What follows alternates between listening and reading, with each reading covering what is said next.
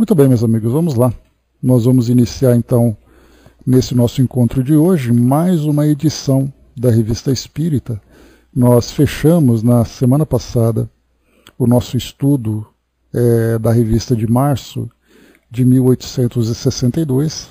E hoje, mês de abril, né, e nós fechamos com aquele belíssimo artigo, né, que nós desenvolvemos, segura aí, mami, que nós desenvolvemos, né, que falava sobre a caridade para com os criminosos, né? Então, foi aquela mensagem do espírito Elizabeth de França, a princesa Elizabeth de França, que trouxe, né, no meio da reflexão daquele grupo de Havre sobre Dumoulin, aquele assassino em série. Então, analisando ali a circunstância da execução dele, o espírito Elizabeth de França trouxe então aquela mensagem sobre o perdão para os criminosos, né? E nós tínhamos visto, inclusive, no estudo anterior, sobre a história dela, né? Falamos um pouquinho da biografia, e isso foi bastante significativo de conhecermos a história desse espírito e depois termos ali, né, o privilégio de conhecermos ali a sua mensagem. Então, muito bem, agora nós entramos no mês de abril de 1862, é o 5º ano de publicação da Revista Espírita, que começou em 1858. E agora vamos lá. Como eu comentei com vocês, já tinha, né, antecipado isso, o primeiro artigo que vem para nós aqui é o Frenologia Espiritualista e Espírita, né? Então, e como subtítulo, a perfectibilidade da raça negra. Como eu falei para vocês, né, a frenologia era uma ciência, entre aspas, da época, considerada uma pseudociência, que procurava, através da análise do relevo craniano das pessoas, identificar, né, tanto ali as suas habilidades e virtudes, como também as suas imperfeições. E isso já, né, não tem mais sentido para nós, né? Mas na época teve ali relevância. Mas ainda mais o tema, a perfectibilidade da raça branca, quando nós tínhamos no século XVIII, né, uma visão eurocêntrica do mundo, ou seja, né, a Europa como centro de tudo, como sendo o ambiente mais perfeito, mais superior e tudo mais, eles tinham uma visão a respeito da África, por exemplo, que era um continente que se encontrava ali em plena divisão daquele pensamento colonialista, imperialista do século XIX, né, que acabou inclusive culminando depois, só para a gente lembrar, né, na Primeira Guerra Mundial. Um dos grandes motivos da Primeira Guerra foi essa partilha da África de acordo com os interesses dos europeus naquela época. Então, falarmos dessa perfectibilidade do século XIX diante daquilo que nós compreendemos hoje, acaba sendo ali para nós um estudo que não vai ter muito proveito para nós. Tá? Mas, de qualquer forma, só para a gente poder aqui não deixar passar em branco essa mensagem, então, quando se coloca perfectibilidade da raça branca, nós temos aqui dois apontamentos, né? Que o primeiro aqui no rodapé fala sobre também de 1860, frenologia e fisiognomonia, que nós também saltamos desse artigo, pelo fato, né, da gente não ter interesse em conhecer essa pseudociência. E depois também aqui uma outra observação, que é aquela nossa nota explicativa. Essa nota explicativa fala para nós daquele acordo feito com o Ministério Público, que a Federação Espírita Brasileira apresentou ali os argumentos, né, para fazer com que os livros da codificação espírita tivessem um entendimento temporal, né, que alguns comentários a respeito exatamente desse caso da visão eurocêntrica, de alguns comentários que hoje podem ser compreendidos como preconceituosos, mas que no passado era ali natural. Então nós estamos lendo livros que datam do século XIX, e, portanto, alguns comentários podem entrar em choque com aquilo que nós temos hoje. E aí, então, a Federação Espírita Brasileira, em acordo com o Ministério Público Federal, se obrigou a colocar essa nota explicativa no final de todas as edições que, de alguma forma, trazem menções sobre essas questões raciais, preconceituosas e tudo mais, e para que o público que leia tenha esse entendimento. Né? Então a gente chegou inclusive a estudar esse documento aqui na nossa sala. Eu trouxe para vocês ali a versão original, e aí então a FEB teve esse cuidado, né, de se justificar ou de trazer uma justificativa a respeito de alguns conteúdos aqui das obras básicas. Não me lembrou, né? No futuro talvez haja notas de rodapé porque destruímos a nossa natureza indiscriminadamente, né? Pois é, tantas e tantas situações que de tempos em tempos nós temos que olhar para trás, e olhando para trás a gente tem que se justificar depois, né? Então, voltando para nós aqui, nós então vamos ler aqui apenas essa primeira parte, para vocês terem uma ideia do conteúdo que trata esse artigo, e depois a gente passa para o próximo, que é o que se encontra aí no nosso banner, o artigo que fala sobre a propagação, ou melhor aqui, consequências da doutrina da reencarnação sobre a propagação do Espiritismo. Então vamos lá. Começa aqui então para nós, mais uma vez, Frenologia Espiritualista e Espírita, perfectibilidade da raça negra. A raça negra é perfectível? Segundo algumas pessoas, esta questão é julgada e resolvida negativamente. Se assim é, e se essa raça é votada por Deus a uma eterna inferioridade, segue-se que é inútil nos preocuparmos com ela e que devemos nos limitar a fazer do negro uma espécie de animal doméstico, preparado para a cultura do açúcar e do algodão. Lembrando que cultura do açúcar e do algodão, né, era um período, aqui a gente estava em 1862, nós tínhamos tanto nos Estados Unidos, na cultura do algodão, como no Brasil, na cultura da cana-de-açúcar, no caso do Brasil aqui muito mais para café, nessa época, né, nós estávamos ali observando países aqui das Américas que viviam a escravidão. Eram países escravagistas, né? Então por isso esse tipo de comentário ali também na própria África, né? Entretanto, a humanidade, tanto quanto o interesse social, requer um exame mais cuidadoso.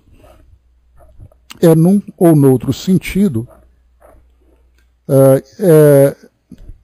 é o que tentaremos fazer, mas como uma conclusão dessa gravidade, num ou noutro sentido, não pode ser tomada levianamente e deve apoiar-se em raciocínio sério, pedindo-nos permissão para desenvolver algumas considerações preliminares que nos servirão para mostrar, mais uma vez, que o Espiritismo é a única chave possível de uma multidão de problemas insolúveis com o auxílio dos dados atuais da ciência. A frenologia nos servirá de ponto de partida. Exporemos sumariamente as suas bases fundamentais para melhor compreensão do assunto.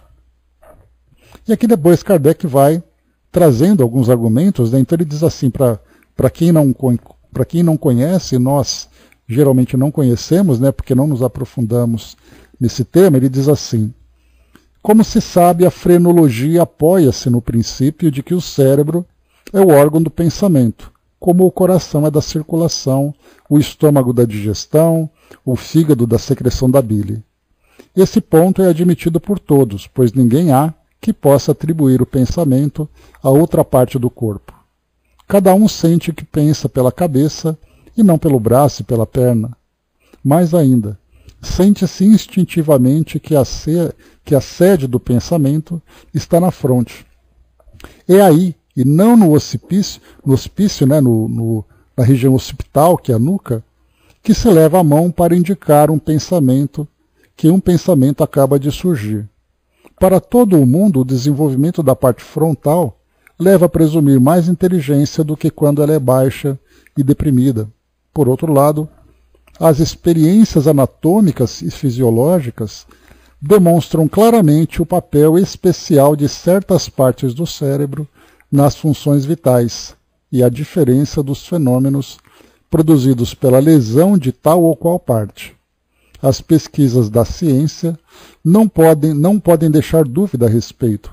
As do Sr. Florence, sobretudo, provaram a evidência e especialidade das funções do cerebelo. E aqui depois ele continua falando sobre, né, a ideia da frenologia, e a partir dessa ideia da frenologia, ele vai falando para nós então a respeito dessa perfectibilidade da raça negra, né, imaginando que a pessoa que nasce, né, dentro dessa etnia acaba ficando estagnado para todo sempre, dentro da visão daquela sociedade. Então por isso acaba ficando, né, nos tempos atuais para nós, esse é um assunto bastante até constrangedor, diante daquilo que se falava na época, né? A mãe me colocou, na escola Hopkins surgiu graças a um assistente de laboratório negro e que descobriu como corrigir as malformações cardíacas congênitas, mas que foi roubado pelo médico com quem trabalhava anos depois. Veio reconhecimento, então, graças a Deus, a ciência evoluiu e atualmente constatamos que não existe essa diferença, né? Não há nem por que, né, discutir esse tipo de coisa na atualidade. Então, assim, o tema fala sobre isso. E era necessário, na época, porque isso era um tema bastante polêmico e discutível naquele período, e mais uma vez, né, em que nós temos, por exemplo, os preconceitos que eram bastante intensos. Então, aqui passando para o próximo artigo, a gente então segue em frente. Consequências da doutrina da reencarnação sobre a propagação do espiritismo. Então disse assim Kardec para nós. Nós inclusive lemos, né, no mês anterior um artigo interessante que também falava sobre a reencarnação, nos ajudando, né, Kardec pegou esse artigo que não era um artigo espírita e ele então fez aquele paralelo, né, sobre aquilo que a doutrina espírita fala a partir dos ensinamentos dos espíritos e o que aquele autor do artigo dizia, mostrando ali que na verdade aquele artigo era ali um endosso bastante significativo para aquilo que a doutrina espírita já trazia, né? Então diz assim para nós, vamos lá. O espiritismo marcha com rapidez, fato que ninguém poderá negar. Ora, quando uma coisa se propaga, é porque convém. Assim, se o espiritismo também se propaga, é porque igualmente convém. Há várias causas para isso. A primeira é, sem contrapartida, como já explicamos em diversas circunstâncias, a satisfação moral que proporciona aos que o compreendem e praticam. Mas esta mesma causa recebe em parte a sua força do princípio da reencarnação. É o que tentaremos mostrar, né? Então aqui Kardec já trazia a ideia da reencarnação naquele período, né, que quebrava muitas das barreiras que as religiões tradicionais ocidentais apresentavam, né, como o cristianismo, e que ele era dividido em catolicismo e também nas igrejas protestantes da época, em que a ideia da reencarnação no Ocidente era absolutamente descartada. Mas a doutrina espírita veio trazer essa ideia da reencarnação e ela passou não somente a atingir a lógica, a razão daqueles que se propunham a esse raciocínio, de ver ali a reencarnação como chave das muitas situações que nós encontramos no mundo hoje, em questões de, por exemplo, de doenças, de circunstâncias sociais, de relacionamentos entre os indivíduos, entre conflitos que nós encontramos no mundo e tudo mais. Tudo isso sustentado pela lei de causa e efeito, que através da programação reencarnatória faz então com que os indivíduos acabem reencontrando com a própria história, com o seu próprio passado, mas também a gente vai lembrar que atingia, como eu dizia, que não somente a razão, mas também atingia o coração, porque as pessoas viam na reencarnação também um elemento de esperança, porque muitas vezes, porque é aquela história, né? Bom dia, embaixador. É aquela história, nós olhamos, já chegamos até a falar sobre isso, ou nós olhamos para aquele copo meio cheio ou o copo meio vazio, né? Então, de um lado, tem aqueles que olham para o passado e vêm as consequências no presente em que as pessoas vão sofrer ali aquilo de equivocado que viveram anteriormente. Então foram aqueles indivíduos que cometeram um crime, que cometeram ali aqueles atos, né, que marcaram suas consciências e que no presente estão sofrendo, né, o resultado daquilo que plantaram. E nós temos aquele lado do copo meio cheio, quando nós olhamos para o nosso presente, vemos aqui as situações que nós vivenciamos e nós olhamos para o futuro, vendo em tudo aquilo que nós podemos, a partir de hoje, construir, para que no futuro nós venhamos a colher os frutos diferentes, né? Então, depende da perspectiva. Nós estamos no presente. Se olharmos para o passado, a gente vai ver as desgraças. Se nós olharmos para o futuro, nós veremos a esperança daquilo que pode ser diferente.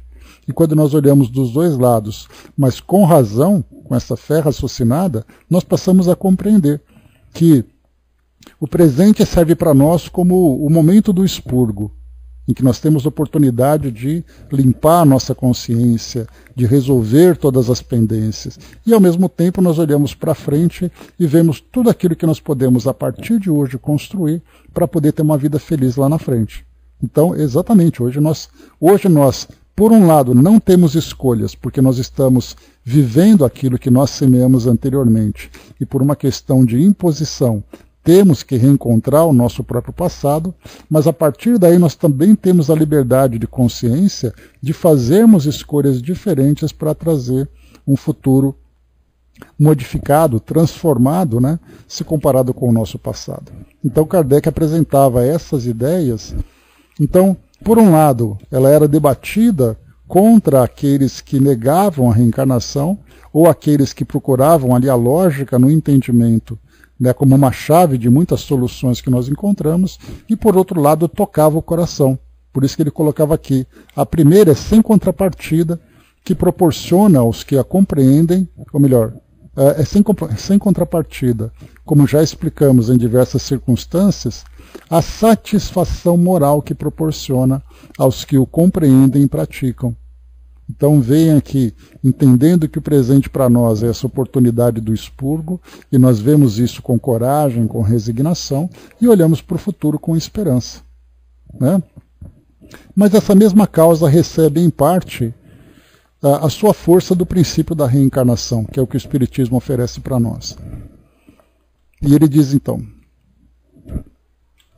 qualquer homem que reflita não pode deixar de preocupar-se com o seu futuro depois da morte, o que bem vale a pena.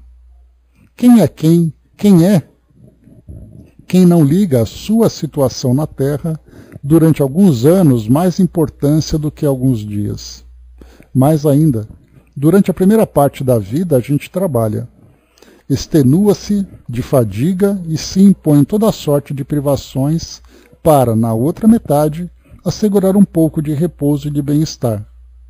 Se temos tanto cuidado por alguns anos eventuais, não é racional tê-los ainda mais pela vida de além-túmulo, cuja duração é ilimitada? Por essa razão, a maioria trabalha mais pelo presente passageiro do que pelo futuro sem fim. É o que acreditamos na realidade do presente e duvidamos do futuro. Ora, só se duvida daquilo que não compreende. Quando se compreende o futuro, se compreende o futuro e tudo cessará. Aos olhos mesmos daqueles que, no estado de crenças vulgares, estão mais bem convencidos da vida futura, esta se apresenta de maneira tão vaga que nem sempre basta a fé para fixar as ideias. Aquela tem mais característica de uma hipótese que as de uma realidade. O Espiritismo vem remover essa incerteza pelo testemunho dos que viveram e por provas de certo modo materiais.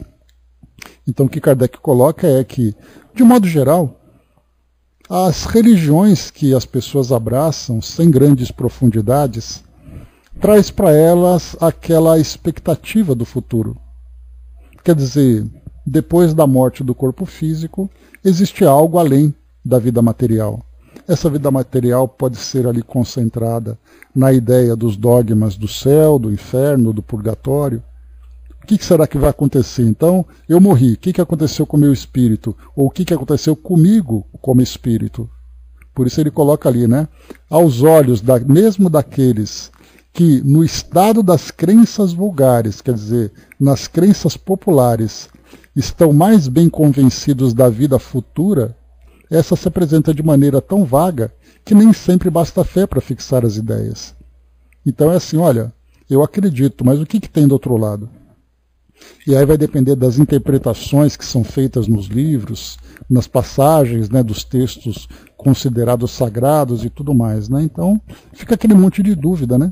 Tanto que se a gente perguntar para várias pessoas dessas religiões o que ela espera nesse futuro espiritual, cada um vai trazer uma ideia diferente. E geralmente uma ideia bastante vaga, bastante abstrata, muitas vezes até bastante fantasiosa com relação ao futuro.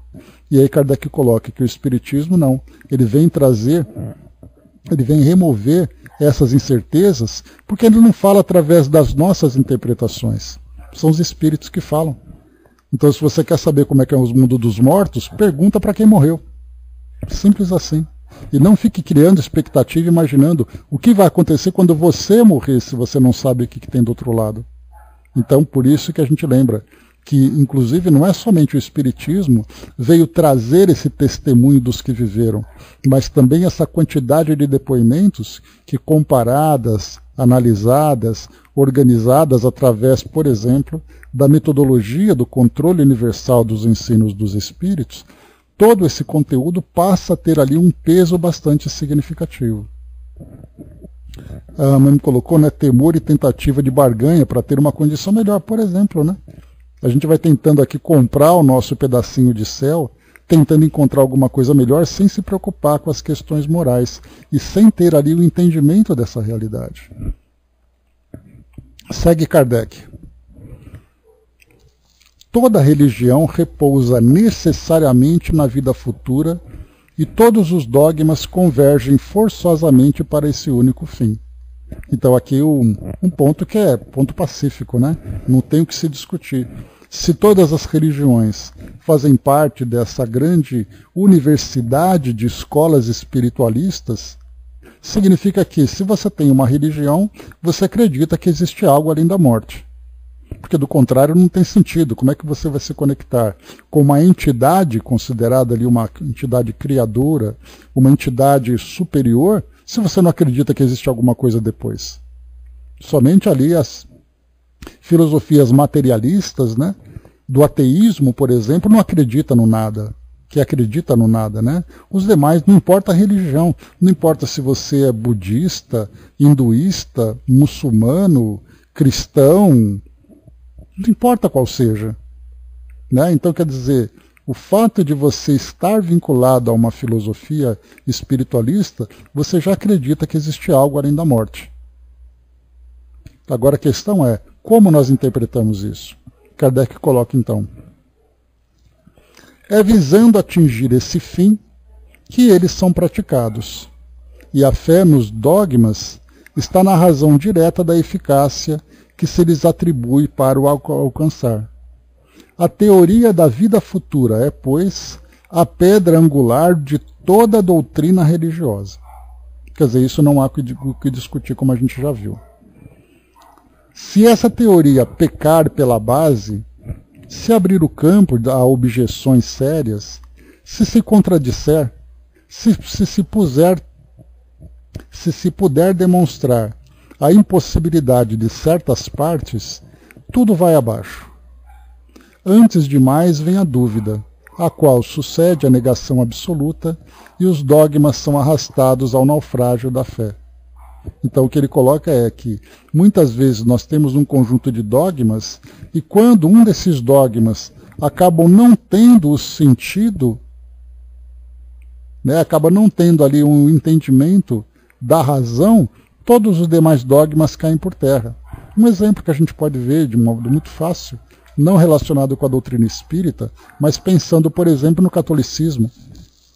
Quando nós pensamos, bom, o espírito então ele vai para o céu, ok. Ele pode ficar no purgatório até o juízo final, ok. Jesus morreu e ele foi fisicamente para o céu. A gente fala, opa, houve a ressurreição, que é parte de uma crença. Então a gente pensa, como Kardec mesmo, ele já argumenta sobre isso, lá na primeira parte do livro Céu e Inferno, a respeito da reencarnação, da ressurreição, desculpem. Então ele pergunta, se uma pessoa morre, o seu corpo é sepultado, o tecido orgânico acaba sendo decomposto. Essa decomposição faz com que os vermes absorvam. Como é que é possível, depois dessa absorção toda, fazer com que o corpo volte à vida para o espírito, então, ressurgir? Então esse argumento que ele coloca já faz assim, bom, se a ressurreição não existe, como é que a gente pode então acreditar nos demais dogmas, que já que esse primeiro também não acontece? Aliás, a base do cristianismo é exatamente a ressurreição de Jesus. Tanto que eu cheguei até a comentar com vocês, né, de um filme chamado O Corpo, com Antônio Bandeiras, em que ele era, né, vocês se lembram, fazendo rapidamente aqui um resumo, uma sinopse, foi encontrado lá na região da Palestina um corpo que foi atribuído a Jesus. E isso rapidamente, né, que ele era o corpo de Jesus. E aí então rapidamente esse assunto foi para o Vaticano e eles então mandaram esse padre para poder investigar que corpo era esse. Porque caso esse corpo fosse confirmado que era de Jesus, toda a estrutura da igreja seria abalada. Seria abalada por quê? Porque o pilar principal da crença cristã foi que Jesus morreu e ele então ressuscitou e foi para o céu. E se de repente você encontra um corpo que é dele, como é que você vai sustentar a ideia da ressurreição? Né? Então a gente vê que, nesse caso, a gente tem vários dogmas que ele depende da fé e não da razão. A Jerusa colocou, né, daí a importância do estudo, né, assistir palestra, ir a cultos ou mistas sem estudar não contribui tanto para o entendimento. Né? É necessário, né, fazer o estudo, mas fazer o estudo com senso crítico.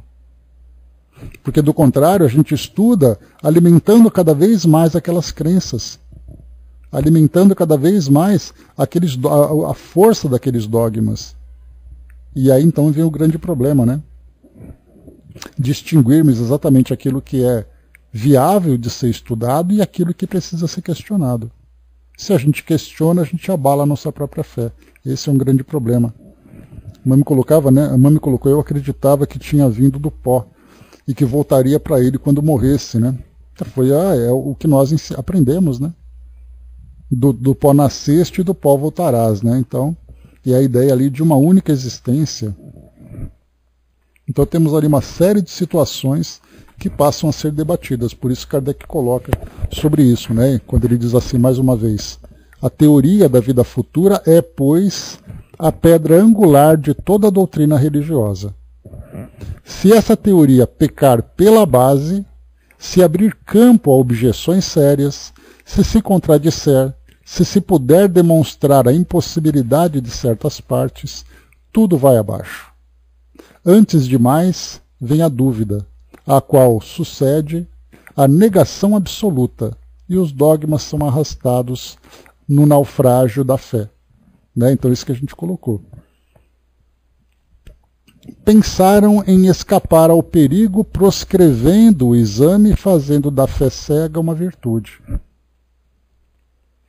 Mas pretender impor a fé cega nesse século é desconhecer o campo em que vivemos. Refletimos, malgrado nosso.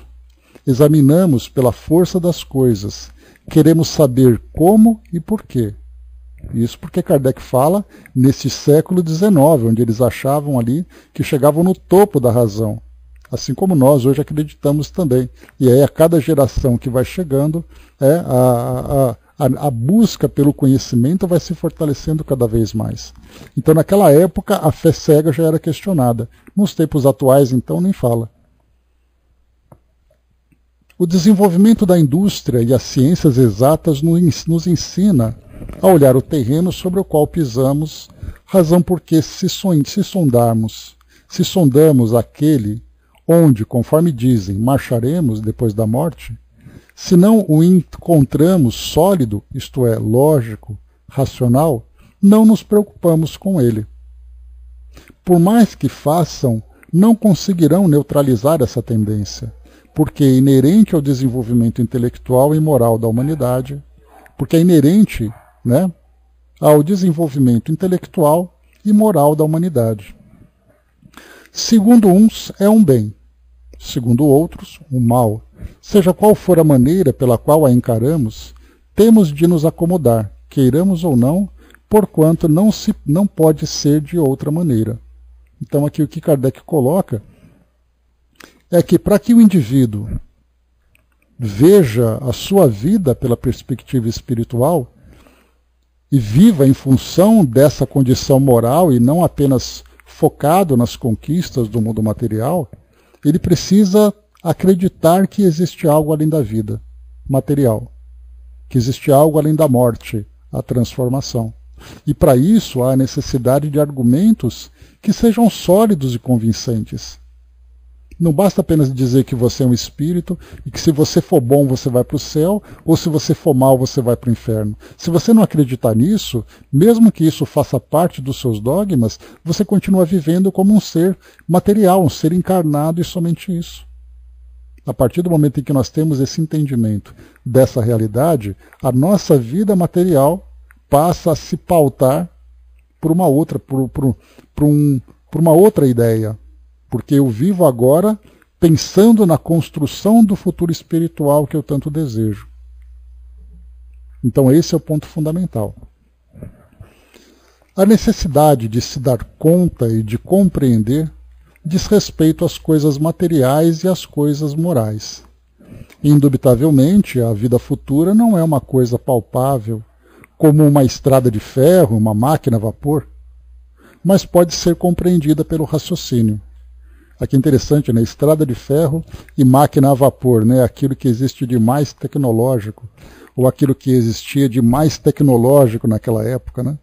Hoje a gente tem aqui, né, a aviação, nós temos a tecnologia, temos aqui não somente a eletricidade, mas também a eletrônica, etc, etc, etc. Né? Então Kardec usa ali os seus elementos, né, de referência do século XIX. Então, mais uma vez, indubitavelmente a vida futura não é uma coisa palpável como uma estrada de ferro e uma máquina a vapor, mas pode ser compreendida pelo raciocínio. Se o raciocínio, em virtude do qual buscamos demonstrá-la, não satisfizer a razão, abandonamos as premissas e as conclusões. Interrogai aqueles que negam a vida futura, e todos dirão que foram conduzidos à incredulidade pelo próprio quadro que ele faziam, com seus cortejos de demônios, labaredas e sofrimentos sem fim. Então aqui o Kardec lembra também, tanto naquela época como na atualidade, para você perceber que o indivíduo que deixa de acreditar na realidade material, quando você fala para ele que você vai para o inferno num lugar de fogo e que tem um diabinho com chifre para te espetar. Ou então você vai para o céu vivendo ali no meio dos anjos, quer dizer, essa ideia de céu, essa ideia de mundo espiritual, para acreditar nisso eu prefiro não acreditar. Então são esses elementos que levam os indivíduos muitas vezes à descrença. Ele até se pega a ideia religiosa pela necessidade de ter esperança de algo diferente. Mas, diante desses argumentos, ele vive em função da esperança e não em função da convicção. E ele segue. Todas as questões morais, psicológicas e metafísicas se ligam de maneira mais ou menos direta à questão do futuro. Disso resulta que dessa última questão depende de alguma sorte a racionalidade de todas as doutrinas filosóficas e religiosas. O Espiritismo vem, por sua vez, não como uma religião, mas como uma doutrina filosófica, trazer a sua teoria apoiada no fato das manifestações.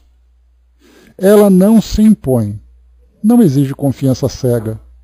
Entra no número dos concorrentes e diz: examinai, comparai e julgai. Se achardes algo melhor do que isso, que vos dou, tomai-o. Ele não diz: venho destruir os fundamentos da religião e substituí-la por um culto novo. Não me dirijo aos que creem e se acham satisfeitos com suas crenças. mas aos que abandonaram as vossas fileiras pela incredulidade, e que não os soubestes ou pudestes reter. Venho dar-lhes, sobre as verdades que repelem, uma interpretação capaz de satisfazer sua razão, e que os leva a aceitá-la. E a prova que o consigo é o número dos que tiro do atoleiro da incredulidade. Todos vós dirão, se me tivessem ensinado essas coisas, assim desde a infância, jamais teria duvidado. Agora creio, porque compreendo. Deveis repeli-los, porque aceitam o espírito e não a letra? O princípio e não a forma? Sois livres. Se vossa consciência faz disso um dever, ninguém pensará em violentá-la. Mas não digo apenas que isso seria um erro. Digo mais, seria uma imprudência. Então, nesse trecho aqui, Kardec coloca que a doutrina espírita ela não vem com a proposta de se impor, de destruir a crença das pessoas, de dizer que a sua religião é falsa. Ele vem dizer que se você tem dúvida da sua religião, ou se você abandonou a sua fé pelo fato desses argumentos que foram colocados a título de dogmas, ou seja, que você é obrigado a aceitar sem questionar. Se você abandonou sua crença por causa disso, reflita sobre o mundo espiritual por uma nova perspectiva. E é essa perspectiva que o Espiritismo oferece, dizendo que os seus ensinamentos não são textos que são interpretados, mas são relatos que chegam do mundo espiritual sob circunstâncias controladas. Médiuns, centros espíritas, os espíritos que argumentam e fazemos as comparações dos seus textos, as ideias que são apresentadas, como é o caso sobre a vida no mundo espiritual, sobre a reencarnação, sobre a lei de causa e efeito. Então isso tudo para que possamos estudar e refletir melhor sobre o mundo espiritual. Mas alguém vai dizer, eu tenho a minha religião e não acredito em nada disso. O Espiritismo vai dizer, então não se preocupe, continue seguindo a sua fé. Mantenha firme, porque se a sua fé é capaz de transformá-lo numa pessoa melhor, a gente vai lembrar, né, de Dalai Lama, dando ali, né, a entrevista ao teólogo, que eu esqueci o nome dele agora, mas ele na entrevista, né, foi perguntado para ele qual é a melhor religião. E o Dalai Lama, né, sua santidade, o Dalai Lama, ele diz, a melhor religião é aquela que te faz melhor, que te faz numa pessoa de bem. Né? Então, por isso, a gente vai lembrar sempre que não é para poder abalar a vida das pessoas, transformá-la, tirar aquele chão onde ela se sustenta, que é a sua fé, que é a sua crença, mas para aqueles que estão sem chão, pelo fato de não conseguirem ainda se fortalecer, não conseguirem acreditar naquilo que foi oferecido. Por isso o Espiritismo é uma nova filosofia, que vem trazer uma nova proposta, não para entrar em conflito, para disputar espaço, pelo contrário, para fortalecer, inclusive naqueles que já têm a sua crença, fortalecer ainda mais essa convicção. Porque agora, mais do que aquela fé cega que diz que você deve acreditar, ele vai trazer para você um argumento para você fortalecer ainda mais, só que agora pela razão, e não apenas pelo coração. Né? Eu queria ser melhor para honrar os meus antepassados. Né? Então a ideia, né, Mami, né, da igreja messiânica, por exemplo, que fala bastante a respeito, né, do culto aos antepassados e tudo mais, quer dizer, são propostas, né, de fazer com que você honre os seus antepassados pela sua conduta no presente, e isso é bastante válido. Mas agora você passa a compreender que, na verdade, aquilo que vai te fazer verdadeiramente feliz vai ser a transformação que você vai alcançar. A partir da conquista da felicidade, a partir da transformação moral que você vai colocar. E ainda assim, de quebra, você ainda vai conseguir honrar os seus antepassados. Antepassados esses que estão mais vivos do que nunca. Só que agora no mundo espiritual, acompanhando a sua trajetória. Então nós fazemos isso não em honra a eles apenas, mas para poder seguir o legado que eles deixaram, para que nós hoje nos fortaleçamos e cresçamos espiritualmente. Seguindo em frente, vamos lá. Como dissemos, a vida futura é o objetivo essencial de toda a doutrina moral. Sem a vida futura, o moral carece de base. Ou seja, né, por que ser uma pessoa de bem? A gente chegou a falar sobre isso oportunamente, numa outra oportunidade, né? Quer dizer, por que eu tenho que ser uma pessoa justa, uma pessoa do bem, uma pessoa melhor? Se isso não tivesse sentido no futuro que eu desejo construir, e não apenas no futuro de agora, mas no futuro do depois também. Por isso que sem a vida futura, a moral carece de base. A Angelina colocou, né, acredito que tudo no ser acontece paulatinamente. A fé não poderá ser imposta, né? Mais uma vez a gente lembra, né, que ninguém convence ninguém. São as pessoas que se convencem, ou seja, é ela que se transforma interiormente. Não sou eu que vou forjá-la a partir, né, do ferro e fogo, como nós lembramos, né, dentro dessas ideias. Então cada um vai ali conquistando, né, o seu próprio mundo interior a partir das transformações que ele vai vivendo. E ele segue. O triunfo do Espiritismo está precisamente na maneira pela qual apresenta o futuro. Além das provas que oferece, o quadro que apresenta é tão claro, tão simples, tão lógico, tão conforme a justiça e a bondade de Deus, que involuntariamente dizemos, sim, é bem assim que deve ser, é assim que eu imaginava. E se não havia acreditado, é porque me tinham mostrado a vida futura de outro modo. Mas o que é que dá à teoria do futuro um tal poder? O que é que lhe granjeia tantas simpatias? É, dissemos nós, a sua lógica inflexível, que resolve todas as dificuldades até então insolúveis. E isto ela o deve ao princípio da pluralidade das existências, ou seja, da reencarnação. Com efeito, suprimir esse princípio e milhares de problemas, cada qual mais insolúvel, se apresentarão imediatamente. Quer dizer, se nós tirarmos a ideia da reencarnação, nós veremos uma série de problemas do mundo se apresentando sem solução. Por que uns nascem sofrendo, outros nascem felizes? Por que uns nascem doentes e outros nascem saudáveis? Tantos porquês que vão surgindo, e esses porquês muitas vezes têm esse argumento. É assim porque Deus quer. E eu já ouvi esse argumento.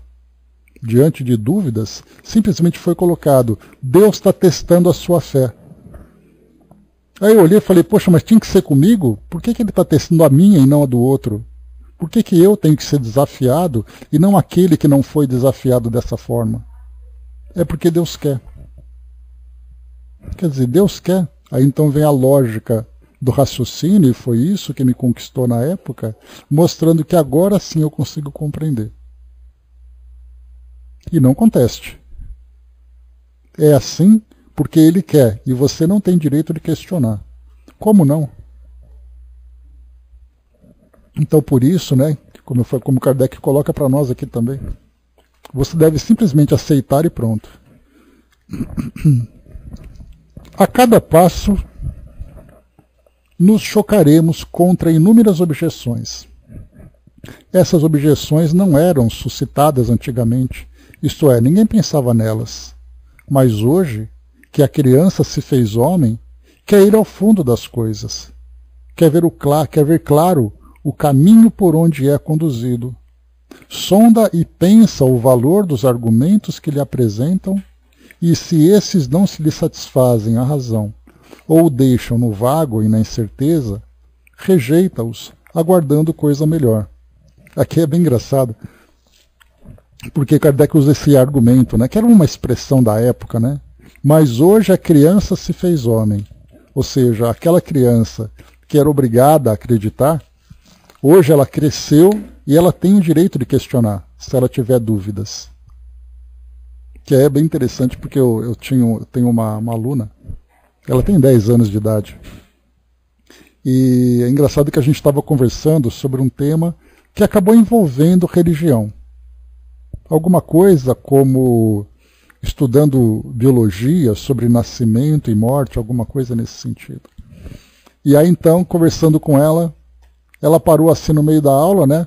Eu tive que perguntar para ela, né? Qual é a religião de vocês? Ela falou, não sei. Aí ela virou para o lado, mãe, qual é a nossa religião?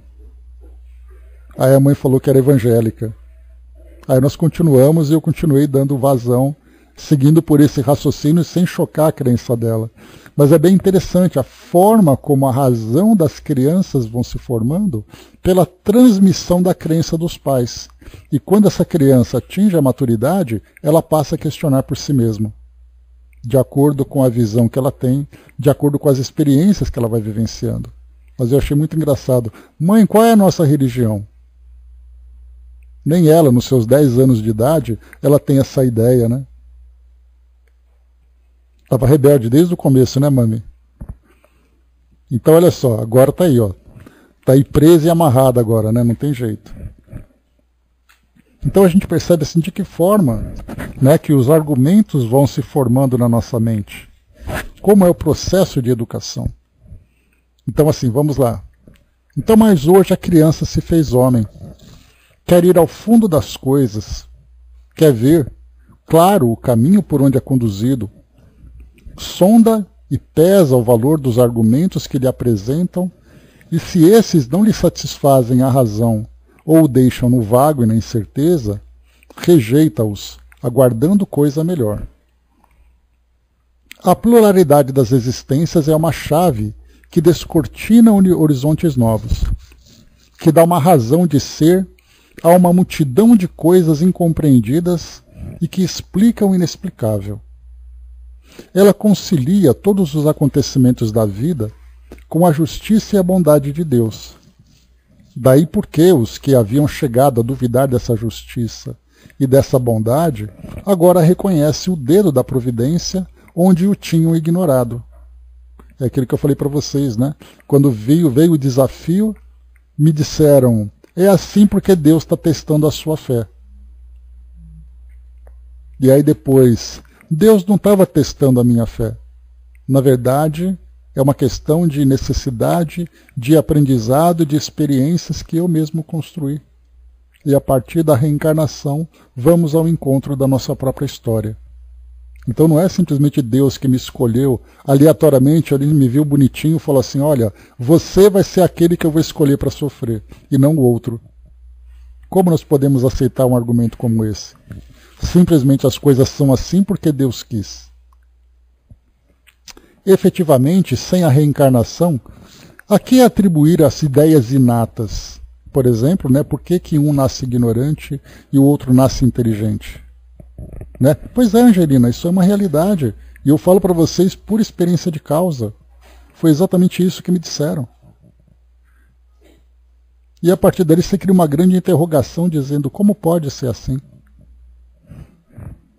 Então, sem a reencarnação, a que atribuir as ideias inatas?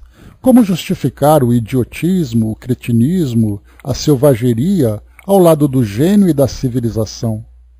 A profunda miséria de uns ao lado da felicidade de outros.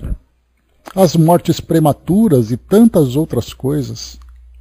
Do ponto de vista religioso, certos dogmas, como o do pecado original, o da queda dos anjos, a eternidade das penas, a ressurreição da carne, etc., encontram nesse princípio uma interpretação racional, levando à aceitação do seu espírito justamente por aqueles que repeliam a letra. Então aqui Kardec fala, pecado original. Aí vem a doutrina espírita e fala da lei de causa e efeito e a cada um segundo as suas obras. Da queda dos anjos, vai falar sobre espíritos inferiores e não espíritos perfeitos que decaíram. Eternidade das penas, sempre se tem a oportunidade do recomeço. A nenhum espírito falta a oportunidade de se reorganizar e crescer. Ressurreição da carne. Não, o espírito, a carne, nada mais é do que um veículo. O espírito é imortal. e tantas outras situações que nós encontramos. E para seguirmos aqui, em resumo, o homem atual quer compreender. O princípio da reencarnação ilumina o que estava escuro. Eis porque dizemos que esse princípio é uma das causas que faz com que o Espiritismo seja acolhido favoravelmente. Deixa eu só ver aqui, está acabando já. Dir-se-á que a reencarnação não é necessária para crer nos espíritos e em suas manifestações. E a prova disso é que há crentes que não a admitem. Olha que interessante. Tem aqueles médiums que muitas vezes são ali adeptos de outras filosofias que não acreditam na reencarnação. Qual é o conflito que existe nisso tudo? Kardec diz assim: não somos daqueles que atiram pedras aos que não pensam como nós. Apenas dizemos que eles não abordaram todos os problemas levantados pelo sistema unitário, sem o que teriam reconhecido a impossibilidade de lhes dar uma solução satisfatória. A ideia da pluralidade das existências, a princípio, foi acolhida com assombro, com desconfiança. Depois, pouco a pouco, as pessoas se familiarizaram com ela. À medida que reconheciam a impossibilidade de, sem ela, saírem de inúmeras dificuldades suscitadas pela psicologia e pela vida futura. Uma coisa é certa: esse sistema ganha terreno diariamente, enquanto o outro o perde. Hoje, na França, os adversários da reencarnação, falamos dos que estudaram a ciência espírita, são em número imperceptível em comparação com os seus partidários. Na própria América, onde são mais numerosos, por causas que explicamos em nosso número anterior, o princípio começa a popularizar-se, de modo que podemos concluir que não está longe o tempo em que, sob esse ponto, não haverá nenhuma dissidência. Então aqui Kardec lembra, né, que muitos espíritas são espíritas pelo fato de presenciarem ou vivenciarem alguma experiência mediúnica.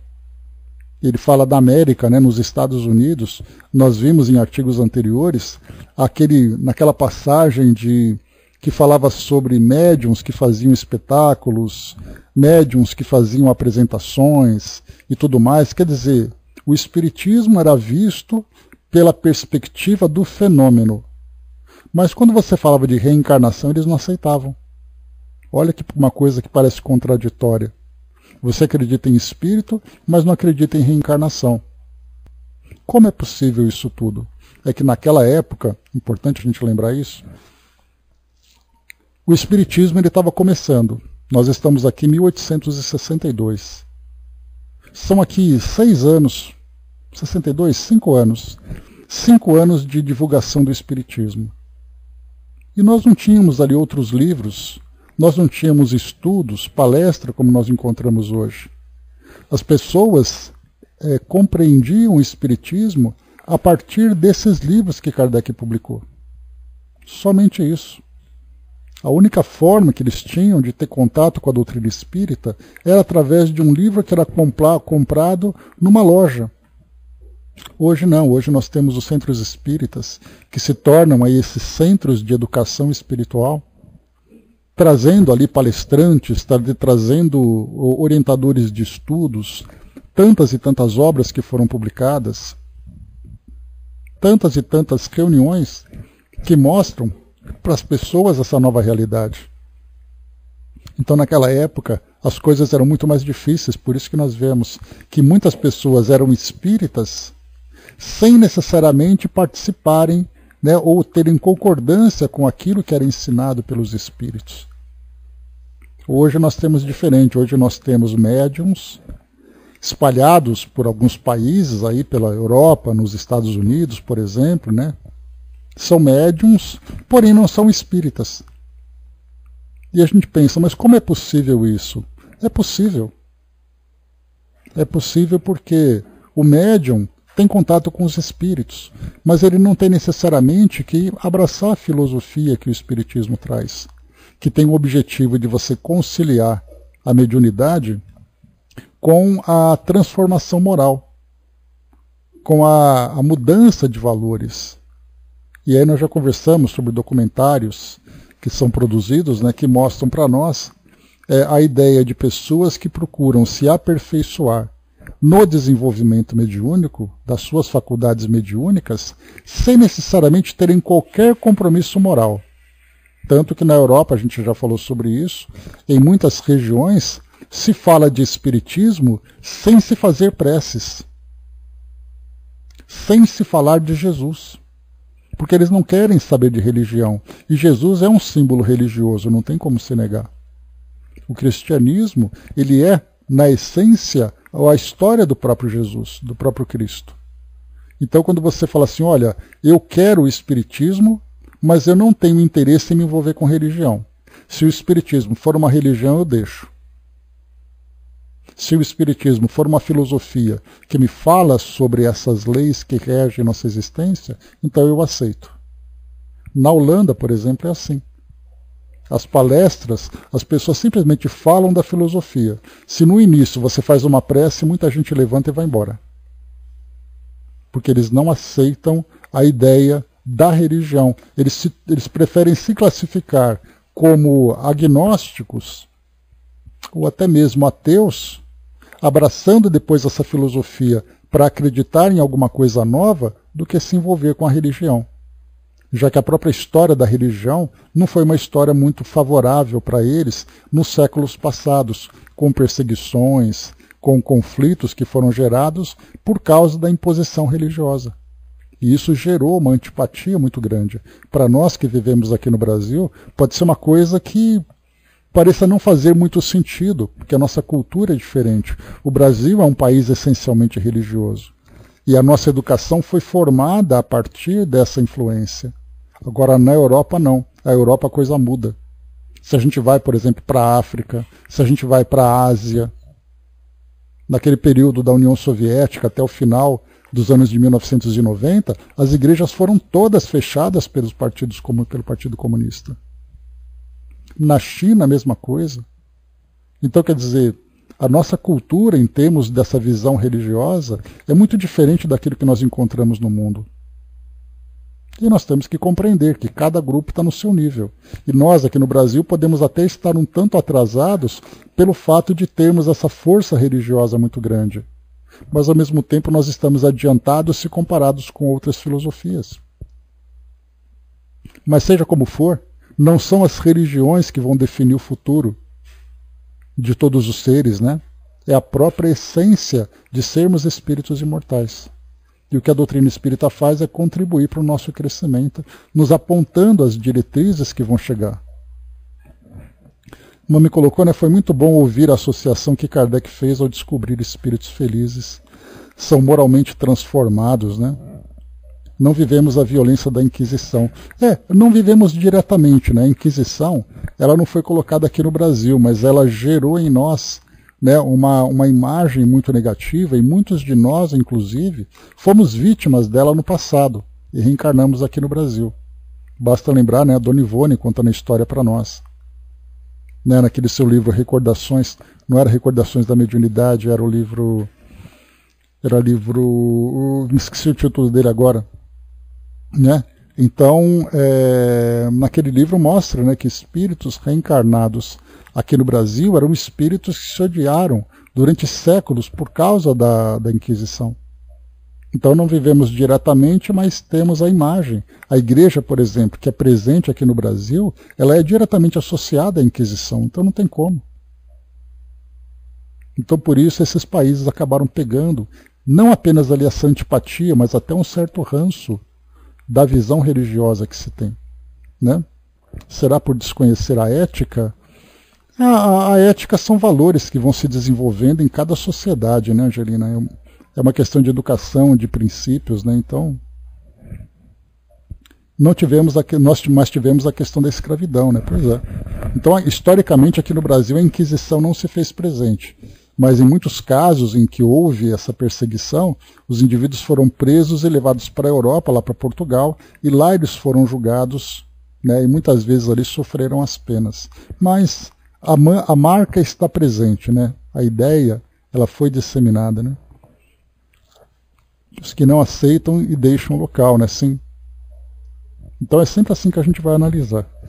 Mas é isso, gente, né? Então, fechando por aqui, Kardec então trouxe para nós esse artigo, o próximo que nós vamos estudar na semana que vem, epidemia demoníaca na Saboia. Né? Saboia é uma região da França, ali nos Alpes franceses, e houve então essa epidemia demoníaca, né? A gente vai ver exatamente o que é isso, que eles chamaram de epidemia demoníaca, né? E depois Kardec foi lá, vendo ali, né? Pode ser tanto um surto psicológico, como pode ser também ali um processo obsessivo coletivo. Então a gente vai estudar sobre isso.